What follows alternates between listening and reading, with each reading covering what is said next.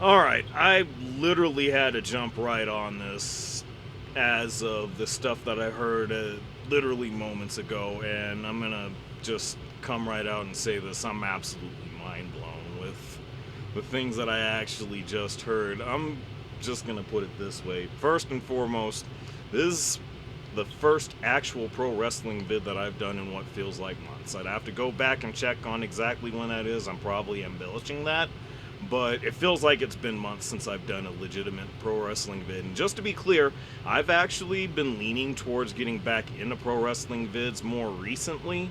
So you'll probably see more of them as time goes by. I'm not guaranteeing anything as of right now, but that's what you're getting here. So with that in mind, I'm A and J. We're back with some pro wrestling talk, and man, it's some really good stuff here. I mean, I don't know any other way to say it. I'm a little bit in awe of the things that I just heard, which will serve as our main topic, of course.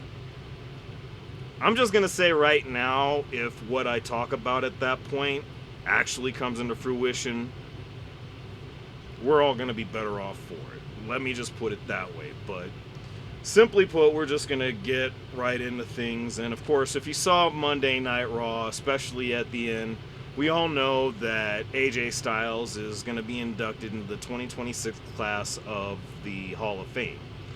And that's, of course, obviously alongside Stephanie McMahon, which, by the way, let me just point out really quickly that The Undertaker is very quickly becoming the WWE's version of, well, at one point it was Dave Baker. I guess now it's Jim Porter.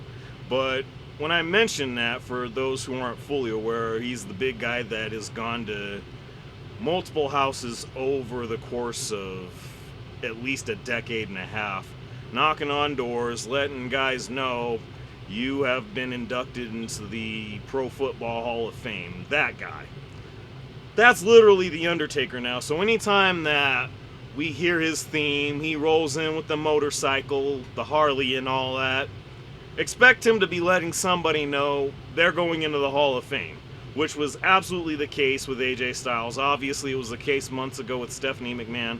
I can't remember if that was SummerSlam or maybe WrestlePalooza. It was somewhere around that time.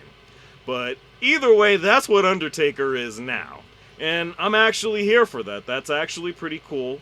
And I don't know if you can have a better guy for the job other than The Undertaker, an actual Hall of Famer himself. And for me,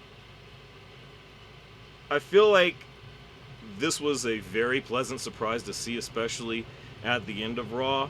I don't know that when they announced being that Raw actually took place from Atlanta, Georgia, just 45 minutes away from his hometown of Gainesville, Georgia, that we would be getting that announcement. Of course, it was the tribute episode to AJ Styles' career, and it was a pretty good one. I gotta say, it highlighted a lot of the greater moments of AJ Styles' career. And to be perfectly honest with you, I mean, of course, they left stuff out involving talent that are currently with AEW, so there's that. But I think that it was a nice tribute. It was really, really well put together. Of course, it's not going to be what it was for John Cena, but still, I think they did AJ a really good service on this one. And again, just the surprise announcement of him going to the Hall of Fame now alongside Stephanie McMahon. I think this is going to set up to be a really good induction class. I certainly am looking forward to seeing that here in about a month and some change. So definitely good on that. And of course, moreover, I think we need to address the fact that he's laid the rest the idea of him going to AEW. He's going to stick around with WWE and help younger talent that are transitioning from, say, NXT to the main roster, be it Raw or SmackDown. So really cool to actually have this happening right now. I'm very happy for AJ, and best wishes to everything that he does from here on out moving forward. one way or another. He doesn't need to go to AEW. It would have been cool to see, but I don't think it was anything that was needed. And to be perfectly honest with you, as we'll transition here, AEW doesn't need AJ Styles. Let's just be clear about that. I've actually been playing a little bit of catch up because I did actually miss the last few weeks of AEW content, be it Dynamite or Collision. And it's real funny to me because I actually do follow a lot of content creators for pro wrestling, sports, all of that, you know. It's been really interesting for the fact that if I'm being perfectly honest, the product is actually getting to the point that I'm not going to say it's as good as it was back in 2019, 2020, and so forth, but I feel like a lot of the issues they had, I want to say from 2023, maybe even 2022 and parts of 2024, I feel like that's all in the rear view mirror now. And I'm very happy to say, as a wrestling fan, we're getting to that point, regardless of how you feel about AEW in general, that we're getting to where wrestling is where it absolutely should be. Now, is it necessarily a thing to where I'm going to implore all the casuals and everything to just start watching AEW? No, I'm not going to do that. People are going to do what they want. I couldn't care less. And there are folks that feel the way they do about Tony Khan in general, which, the more power to you for that, whoever you are, regardless of what you believe, how you feel, this, that, and the third. The bottom line is this: AEW is doing so many of the right things to get themselves in the right direction, and I know I was saying that a while back, but now I feel like it's solidified. I feel like so much has been made of, you know, all the things they've done with former WWE talent and so forth. I mean, I feel like that's all pretty much ado about nothing now. With the things that they're doing with a lot of the talent and even some of the newer faces they're bringing in, i.e. Gabe Kidd, Clark Connors, amongst others, and of course they'll be bringing in the inspiration to bulk up that women's tag division, which I think that in and of itself is a great direction for AEW to have been going, because the matches they've had with the women's tag division have been really good, and the women's division itself is starting to go the direction that I feel like it should be. Is it necessarily what you want it to be yet? Probably not, but they're making strides in ways that I feel have to be recognized for, you know, nothing but positives. Like all the shit that you wanted to say negatively, if you want to say that, do that at your own will or at your own leisure, whatever the case may be.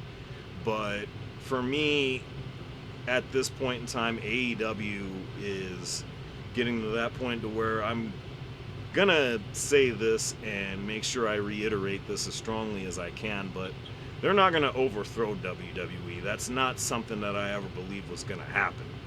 But they're getting to that point to where they can be taken more seriously, and if nothing else, I'm here for it. I'm absolutely here for it. And on the note of what I'm here for, we gotta talk about it. Oh my goodness.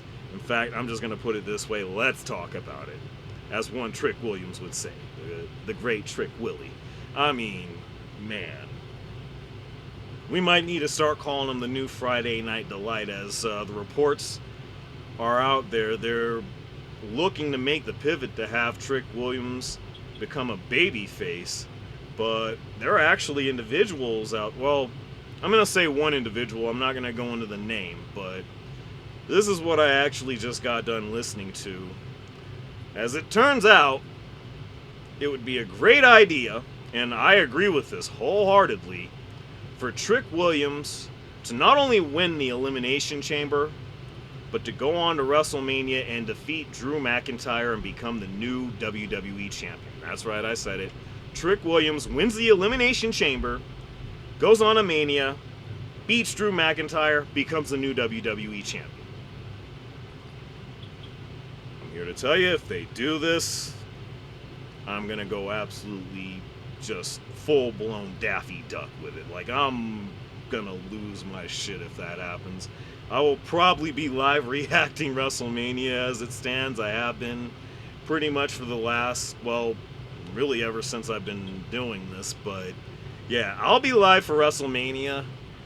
I swear if they do that, I'm just, oh my god. That, I'll just say this. I feel that it's a safe bet that Roman and Punk are going to be the main event for night 2 to close out the weekend for WrestleMania. But if this that I'm talking about right now were to happen, I wouldn't mind that being the pivot. I wouldn't mind Trick Williams, Drew McIntyre for the main event of night 2 of WrestleMania. I mean, oh my god, that shit would be insane. I mean, I'm like trying to keep myself together right now because I feel like I'm just gonna say this is absolutely wild. Again, this is something that I don't know is necessarily going to happen, but if it does, and I'm hoping to God that it does, we've got some amazing things ahead of us here in the wrestling community, especially for WWE fans alike. I mean, Triple H, Paul Levesque, please do this. I'm just going to say this right now. Absolutely fucking please do this. And that's where I'm going to leave it at that. Do y'all agree with me? Would y'all love to see Trick Williams as a WWE champion? And yeah, just let me know what y'all think down below. If you enjoy the content, y'all know what it is. Help me out with that algorithm. Hit that like, share, and subscribe. Hit that notification bell so that you know when more vids are coming through. And with that in mind, this has been your time with A&J, and I appreciate you spending it with me.